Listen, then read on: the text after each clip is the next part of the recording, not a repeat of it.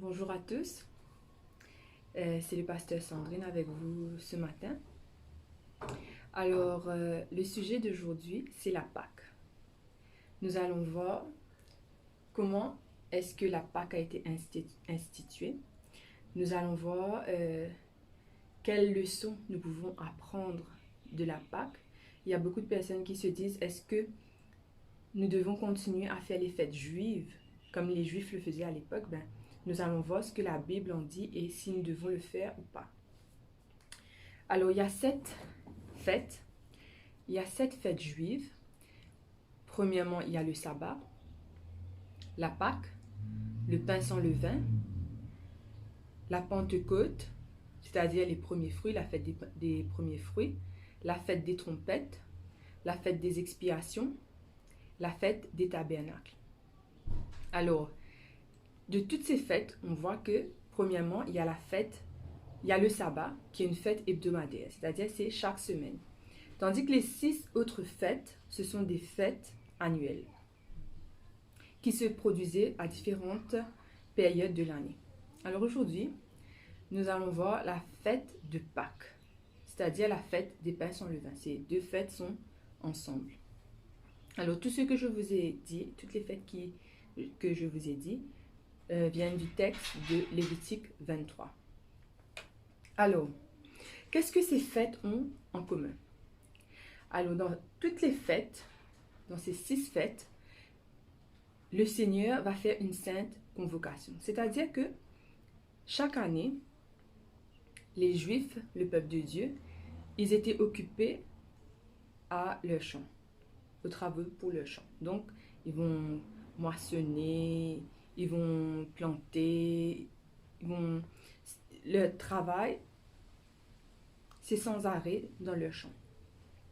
Et arrivé à un moment donné, Dieu va dire stop. Et il va faire une sainte convocation. C'est-à-dire que le peuple juif doit s'arrêter de toutes leurs activités journalières pour être en la présence de Dieu. Et ce jour, justement, où ils vont être dans la présence de Dieu, ils vont aller au temple, au sanctuaire. Et à ce moment-là, ils vont offrir un sacrifice. Ils vont offrir un sacrifice et ils vont passer ce temps avec Dieu. Donc, ce sera la cessation de leurs travaux. Alors, la Pâque.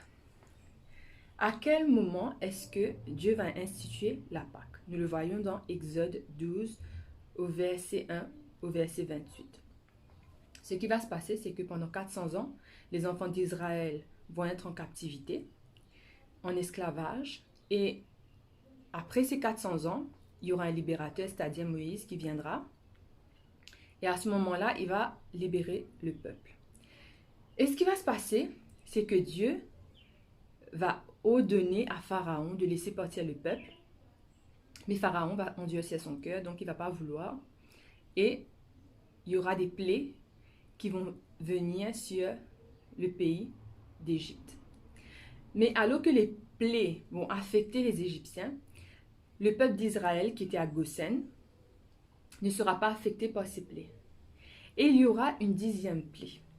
Cette 10e plaie, ce sera la mort des premiers-nés égyptiens.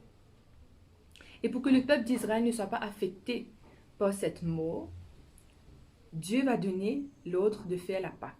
C'est-à-dire qu'ils vont devoir égorger un agneau, prendre son sang, mettre sur les linteaux et les poteaux de leur porte. Ils vont offrir en sacrifice cet agneau, ils vont le cuire, rôtir au feu. Ils vont manger cet agneau avec du pain sans levain et avec de l'herbe amère, des herbes amères. Et on va voir petit à petit qu'est-ce que ces éléments signifient et comment on peut appliquer cela dans nos vies aujourd'hui. Quelles leçons nous pouvons tirer par rapport à cela?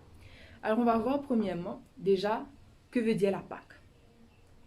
Alors, la Pâque, le mot Pâque, bon, en français, c'est un peu vague, mais quand on va dans le texte, dans le thème hébreu, c'est-à-dire Pessach, et Pessach, ça veut dire, en anglais, Passover, c'est-à-dire omettre, passer au-dessus, passer outre. c'est aussi éviter. Alors, si les enfants d'Israël respectaient méticuleusement les instructions de Dieu concernant la Pâque, ils allaient être épargnés par rapport à la mort. Et la mort devait survenir par un ange. C'était un ange qui allait venir et causer la mort des premiers-nés dans le pays d'Égypte. Et grâce à la Pâque, ils vont être sains et saufs. Maintenant, nous allons voir qu'est-ce que le pain sans levain. Nous allons voir d'abord le pain.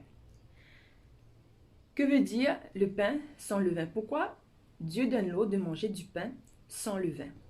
Dans la Bible, à 2 reprises, Dieu va parler du levain. Premièrement, dans Marc 8, verset 14, il va dire le levain, gardez-vous du levain des pharisiens. Et deuxièmement, il va dire le royaume de Dieu est semblable au levain. Et nous allons voir que ces deux textes sont en contradiction. C'est un contraste. Premièrement, allons voir le pain, le levain des pharisiens. Alors, les disciples, arrivé un moment, ils vont être avec Jésus. Et quand c'est arrivé l'heure de manger, ils vont réaliser qu'ils ont oublié le pain. Et il n'y avait qu'un seul pain qui restait. Donc, ce qu'ils vont faire, c'est ils vont se sentir coupables. Et là, Jésus va utiliser cette opportunité pour les dire qu'il fallait qu'ils se méfient du levain des pharisiens. Et à ce moment-là, ils vont se dire, peut-être c'est parce que nous avons oublié les pains que Jésus nous dit ça. Mais Jésus parlait du levain des pharisiens qui était leur hypocrisie. Alors aujourd'hui, quand nous utilisons du levain, c'est en sachet, en poudre et en gélatine, mais c'est surtout en poudre. Alors nous allons utiliser ce levain et associer avec la pâte va monter. Et à l'époque, il n'y avait pas en poudre, mais c'était une pâte. Le levain était une pâte. Et cette pâte mélangée avec ce levain mélangé avec la pâte faisait monter le pain. Et ce que Jésus faisait comprendre en disant de se garder du levain des pharisiens, c'est-à-dire que leur pâte était mélangée, était associée à une mauvaise pâte. Et c'est pour ça que Jésus disait aux disciples, méfiez-vous de ce levain qui se mélange à la mauvaise pâte. Et quelle est cette mauvaise pâte? Jean 8, verset 44 nous dit, vous avez pour père le diable.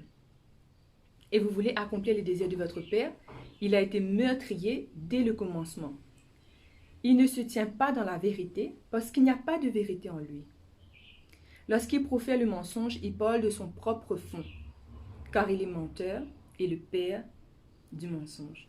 Donc, leurs œuvres et leurs pâtes étaient associées à la pâte du diable. Et ils portaient les fruits du diable. Maintenant, que veut dire hypocrite? Que veut dire hypocrisie? En grec, c'est hypocrites, c'est-à-dire comédien, acteur. Ce qui faisait que Jésus accusait les pharisiens d'être des acteurs, de faire semblant d'être des chrétiens, de faire semblant d'être des adorateurs du vrai Dieu, mais leurs œuvres les trahissaient et ils étaient plutôt en train d'œuvrer pour Satan. Alors, le levain, qu'est-ce qu'il fallait faire? Se garder du levain du diable. Il ne fallait pas s'associer avec le diable. Et deuxièmement, il va parler du royaume des cieux. Il va dire que le levain est comme le royaume des cieux. Et là, il va dire que ce que ça signifie, c'est que le levain, mélangé avec la pâte, graduellement est grandi. Et il en va de même de la grâce de Dieu. Elle va s'étendre sur la terre entière. Donc les gens, le royaume des cieux, les gens vont faire partie du royaume des cieux. Il va grandir de plus en plus. Et c'est aussi cet acte de sanctification en l'homme. C'est-à-dire que quand nous avons connu Jésus, quand nous connaissons Dieu dans nos vies, la Bible nous dit que nous sommes comme des bébés spirituels. Et qu'au début, nous devons prendre des aliments d'enfants, c'est-à-dire le lait maternel. Mais quand nous grandissons dans la foi, dans notre connaissance avec Dieu, là, nous pouvons prendre la nourriture solide. C'est-à-dire qu'il y a un processus, il y a un progrès spirituel que nous faisons pour atteindre ce stade de perfection. Alors, ce que le Seigneur nous dit à travers le levain, là, il nous dit qu'il faut faire attention avec qui nous sommes en train de nous associer. Et que cela se reflètera par rapport à nos œuvres. Et allons voir maintenant le pain. Qui est le pain? Que représente le pain? Jésus va dire dans Jean 6 au verset 54, « Celui qui mange ma chair et qui boit mon sang a la vie éternelle et je le ressusciterai au dernier jour. » Donc il est clair que Jésus nous parle du pain comme étant sa personne, comme étant lui-même. Et alors qu'auparavant, il faisait la Pâque, il sacrifiait les agneaux, il mangeait du pain, il mangeait l'agneau et il mangeait les herbes amères, ce qui les rappelait la libération de l'esclavage d'Égypte.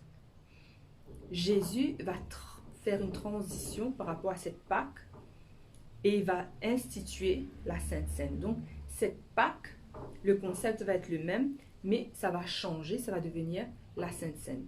Et lors de la Sainte Seine, il y aura le lavement des pieds. Jésus lui-même va laver les pieds de ses disciples.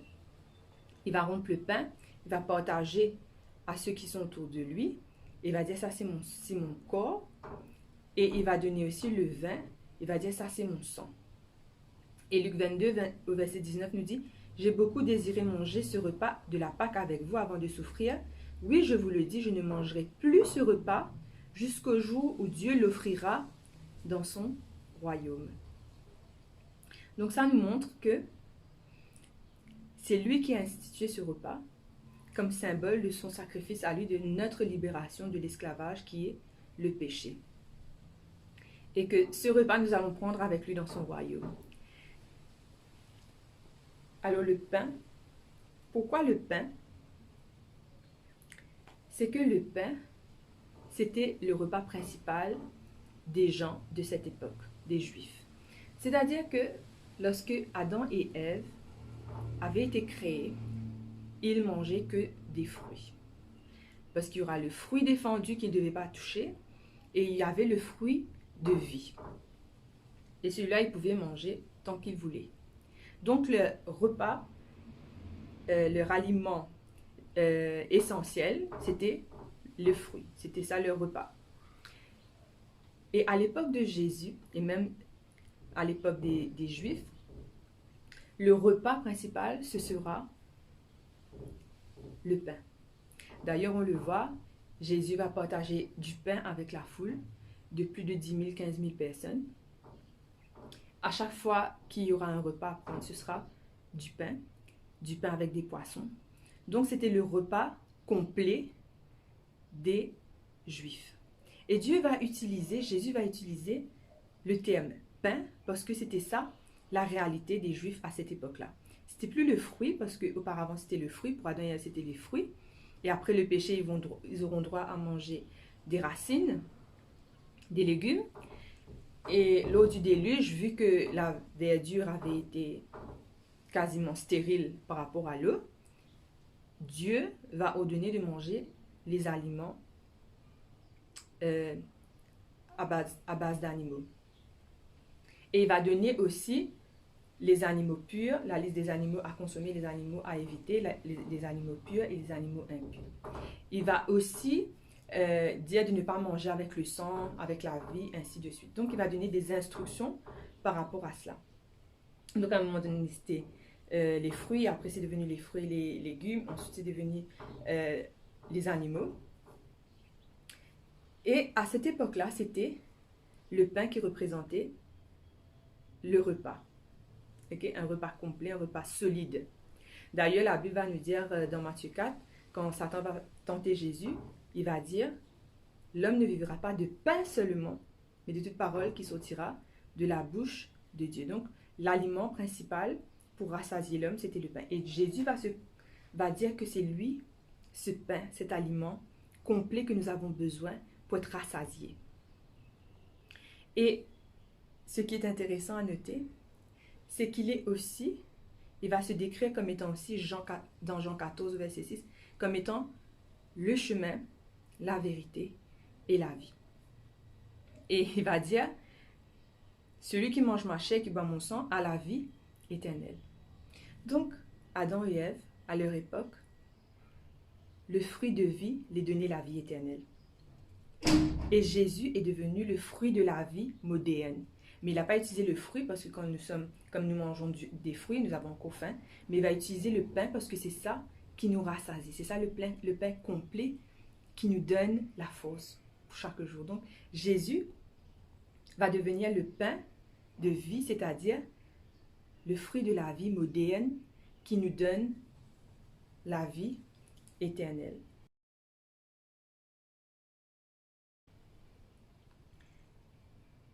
Et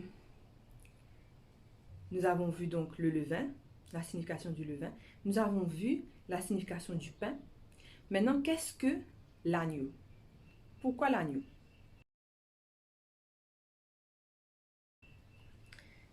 Donc, durant la Pâque, un agneau d'un an, un agneau mâle ou un chevreau devait être utilisé comme sacrifice. Il devait être sans défaut.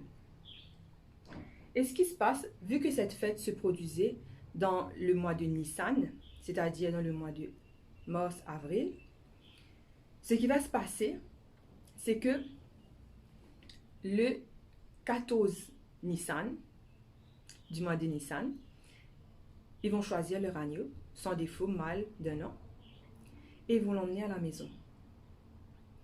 Et ce sera le Nissan,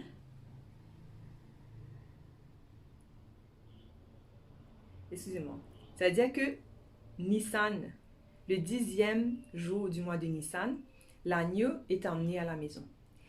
Et le 14e jour du mois de Nissan, c'est là qu'il est tué. Alors, pourquoi est-ce que l'agneau va rester pendant 4 jours dans la maison? Alors, imaginez-vous, c'est un petit agneau, un enfant. Et si jamais dans une maison, il y a des parents et des enfants, pendant 4 jours, les enfants vont jouer avec lui. Il va être là, pendant 4 jours, il faut lui donner à manger. Il faut s'occuper de lui. Donc, pour lui, il a un sentiment de confiance avec les membres de cette famille. Il devient un membre de la famille. Les enfants jouent avec lui. Les parents s'habituent à sa présence. Il vient peut-être qu'il fait des câlins avec les membres de cette famille. Et au bout de 4 jours, ils sont appelés à l'égorger, à prendre son sang, à mettre sur les linteaux, sur les poteaux, à le percer avec une lance pour le rôtir au feu, le manger avec la tête, les jambes, le corps entier avec ses entrailles. Alors pourquoi est-ce que Dieu va permettre une chose pareille?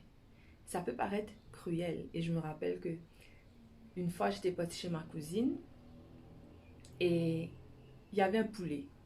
Donc toute la journée on a joué avec le poulet, on aimait bien le poulet, ça nous intéressait, nous les enfants. Et alors qu'on est en train d'observer le poulet, ça nous amusait, il y a la grand-mère de ma cousine qui va venir avec un couteau et elle va couper la tête au poulet. Et là, j'étais traumatisée. La tête est tombée sur le côté, avec sa langue qui sautait, les yeux qui tournaient. Et le poulet courait dans tout, encore même sans tête, il courait partout dans la pièce. Et puis il est tombé. Et j'étais choquée, je me disais, qu'est-ce qu'elle allait faire avec ce poulet? Elle l'a pris, elle a enlevé les plumes. Et quand j'ai continué à observer, elle après l'a coupé, elle a enlevé la peau, l'intérieur, et elle a mis le poulet dans le four.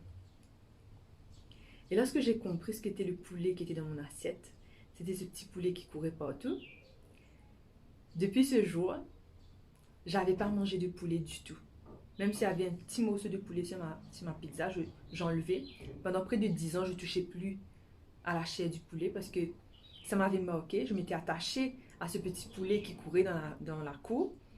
Et quand j'ai vu son sort, je ne voulais pas le manger. Alors ça nous montre que la raison pour laquelle Dieu a permis que ce petit agneau soit dans la maison avec les Juifs, avec le peuple, c'est parce qu'il devait s'attacher à ce petit agneau. Et lorsqu'ils allaient le sacrifier, ils allaient comprendre que ce petit agneau portait leur culpabilité, leur péché. Alors que c'était eux qui méritaient le sort de ce petit agneau innocent, ils vont comprendre les conséquences de leur péché. Et cet agneau, justement, il symbolisait le Christ.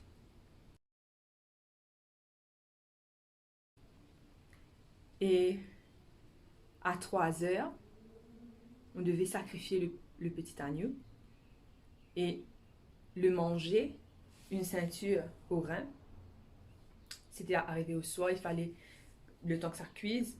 Le soir, ils avaient le bâton à la main, une ceinture au rein, et ils devaient se hâter de manger parce qu'ils devaient ensuite quitter le pays pour partir. Donc, c'était la Pâque. C'était ce qui se passait lors de la Pâque. Maintenant, quel lien est-ce que la Pâque a avec la mort de Jésus?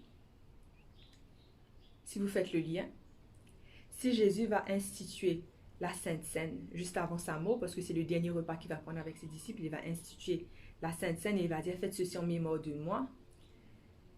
Et c'est qu'il y a un lien entre cet agneau, la façon qu'il est mort, et la façon dont Jésus va mourir. Et même la période, souvent on va dire que c'est le 25 décembre que Jésus est mort, mais lorsque nous lisons la Bible et quand nous comprenons que Jésus est mort en mars ou avril. Probablement, il y a des personnes qui disent le 7 avril. Quels sont les parallélismes que nous allons voir par rapport à ce petit agneau qui est mort et Jésus? Alors, de même que l'agneau va être tué le 14e jour du mois de Nissan, pardon, de même que, ouais, c'est bon là, c'est un peu la confusion avec les dates là. Donc le 14e jour du mois de Nissan, Jésus, le Sanhédrin va décider de tuer Jésus. Donc c'est le même concept avec l'agneau.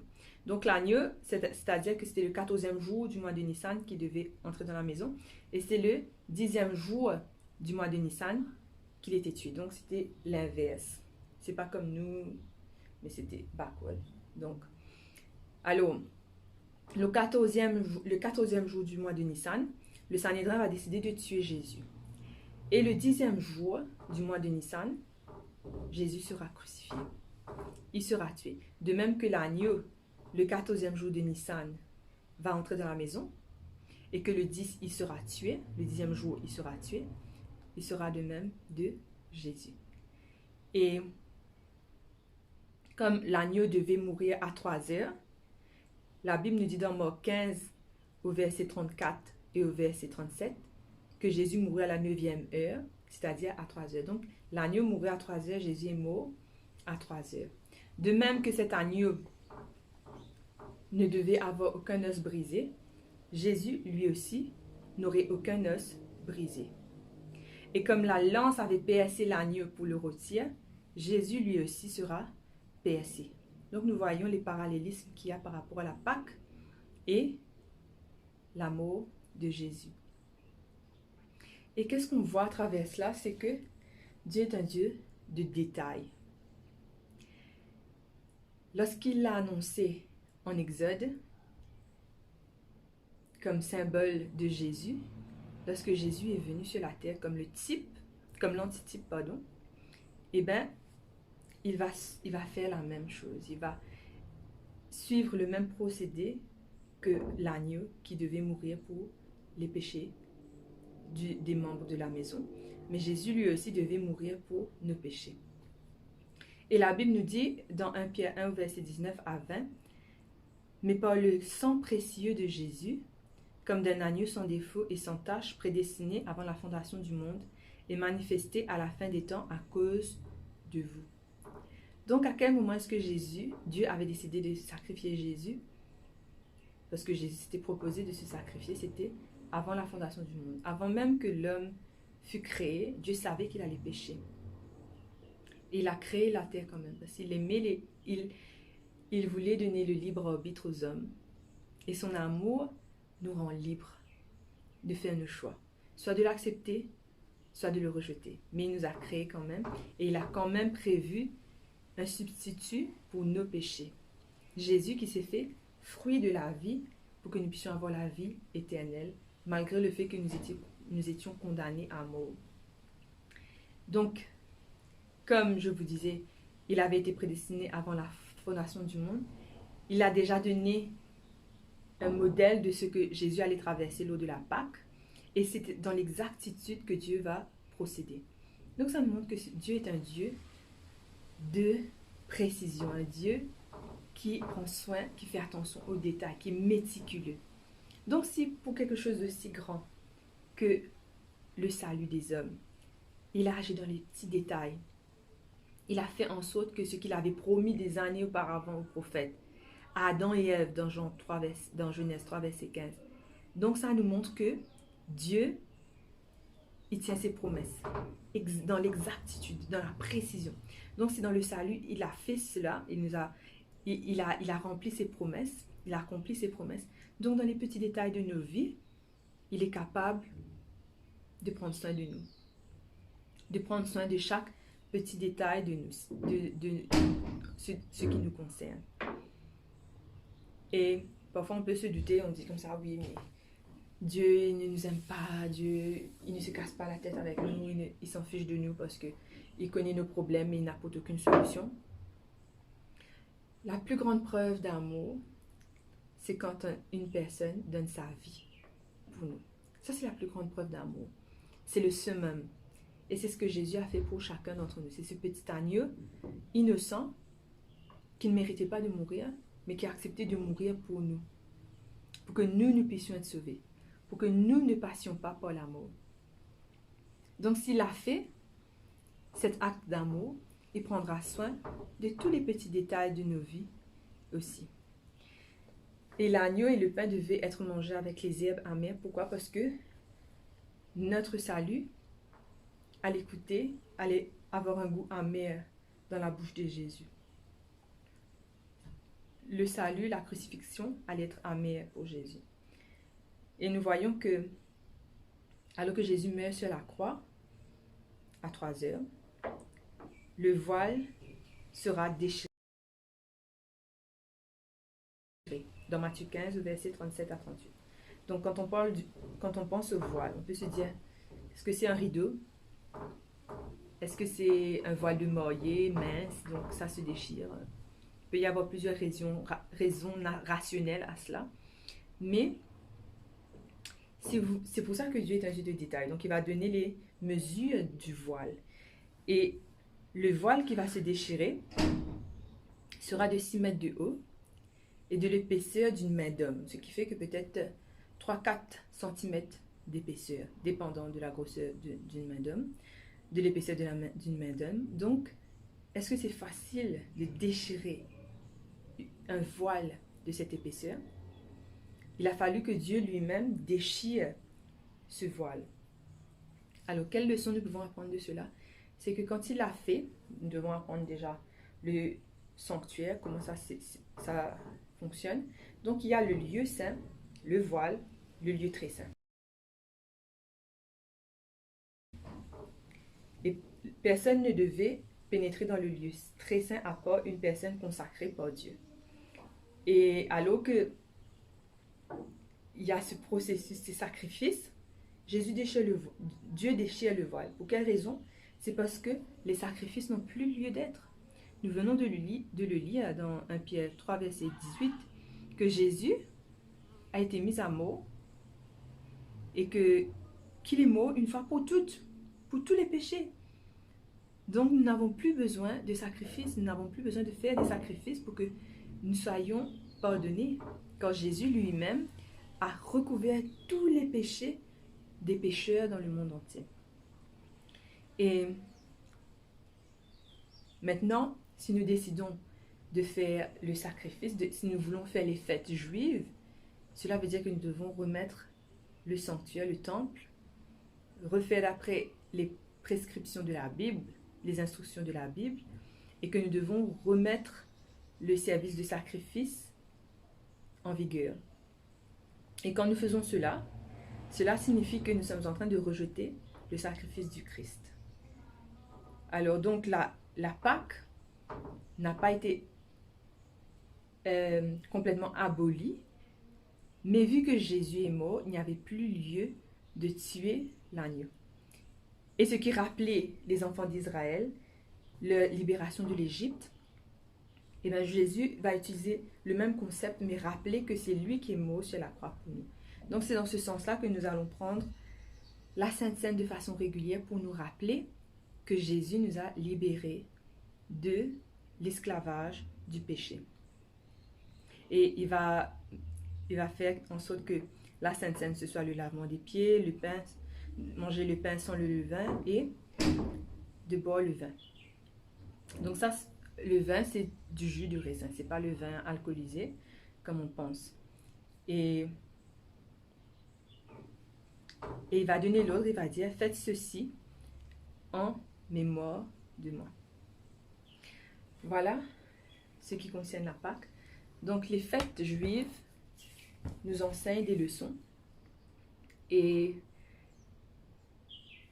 qui vraiment nous aident à comprendre ce que Dieu a fait dans l'histoire pour notre salut.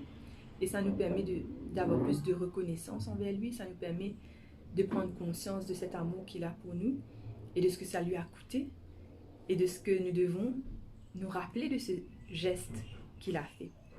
Mais non pas revenir à la Pâque, à l'époque de l'Exode, qui représentait l'Égypte, qui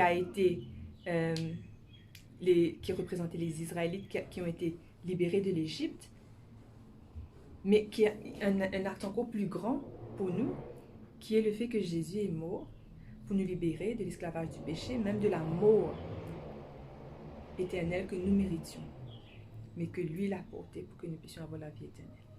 Alors nous allons prier. Père éternel, nous te remercions de ce message d'amour que tu nous permets de lire, d'étudier ensemble. Nous te remercions de ce salut que tu mets à notre disposition alors que nous méritions de mourir sur la croix, nous méritions de subir toute cette honte, cette humiliation, mais tu as mangé cette herbe amère pour nous et tu nous as donné cette grâce de vivre éternellement. Tu es devenu ce fruit de la vie que Adam et Ève avaient perdu à cause du péché. Et tout cela, tu as fait avant même la fondation du péché pour nous montrer cet amour que tu as pour chacun de tes enfants. Père éternel, maintenant nous voulons accepter ce sacrifice. Nous voulons accepter cette chance que tu nous donnes de vivre la vie éternelle avec toi. Et nous voulons aussi t'accepter comme notre Seigneur et notre Sauveur, car si tu nous as donné accès à la vie éternelle, alors qu'il n'y avait plus d'espoir pour nous. Tu as pris un risque aussi grand avant même la fondation du monde. Nous croyons que pour les petits détails de nos vies, tu pourras aussi prendre soin de nous. Alors que tu reviens bientôt, que nous puissions accepter cette chance de salut que tu nous offres encore aujourd'hui, afin que nous puissions suivre et nous puissions te suivre et nous puissions aussi vivre les avantages que tu as à nous offrir à travers ce sacrifice, qui est une vie de bonheur, sans larmes, sans deuil, sans souffrance. Nous te remercions pour tes grâces, au nom de Jésus. Amen.